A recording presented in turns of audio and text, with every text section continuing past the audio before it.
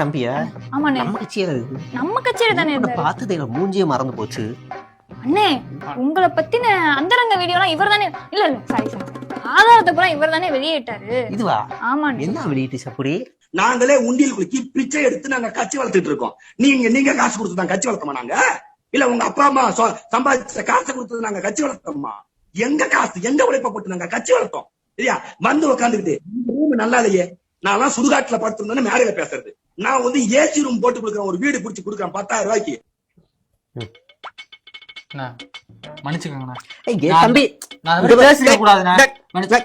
நீ மன்னிப்பு கேட்காது, நான் மன்னிப்பு கேட்கறேன் உனக்கு. நீ அப்படி வேணும்னு பேசக்கூடிய ஆள் இல்ல. ஏதோ கோபத்துல பேசியிருப்ப, நீ தெரிஞ்சல பண்ணும. அன்னைக்கே நீ வருத்தப்பட்டு தான் பேசியிருப்பன்னு எனக்கு தெரியும். நீ மன்னிப்பு, நான் தான் மன்னிப்பு கேட்கணும்டா.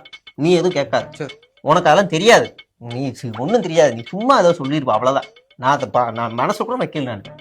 சரியா? நீ அதை பார்க்காத கட்சியில என்னைக்கு சேர்ற, நாளைக்கு சேர்ந்துரியா? சேர்ந்துரு. ஆமா, என் கூட கட்சியில சேர்ந்துறதுக்கு முன்னாடியே யாருக்கிட்டயே போய் சொல்லியிருக்கியாமே, இந்த மாதிரி அவரே வந்து என்ன கெஞ்சினாரு, அது எனக்கு பெருமையா இருந்துச்சு, அதனாலதான் கட்சியில சேர்ந்துருக்கேன்னு உன் வட்டாரத்துல சொல்லியிருக்கியா? அதுக்கு வந்துச்சு. நீ வேணும்னு சொல்லியிருக்க மாட்டேன், எனக்கு தெரியும். நீ வேணும்னு சொல்லியிருக்க மாட்டேன், இருக்கட்டும். அப்புறம் தம்பி, இப்பெல்லாம் அண்ணன் ரேடிஷன் இல்ல, கொஞ்சம் பெரிய இடம் லெவல் ஆயிருச்சு. ரேடிஷன்லாம் பழைய ஹோட்டல். அப்படியா? அது மண்டைக்குள்ள வச்சுக்காரா? சரிண்ணா. அது என்ன ஹோட்டல் பேர் மட்டும் சொல்லுங்க. சொல்றேன். எலெக்ஷன் வரும்ல, சரி, அப்போ ஓஏ வரும்ல, அப்ப தெரியும். சரி, வரட்டுமா? சரி. வேற யாருமா? அடுத்து வக்கீல் தம்பி பாப்போமா? ஆமாண்ணா.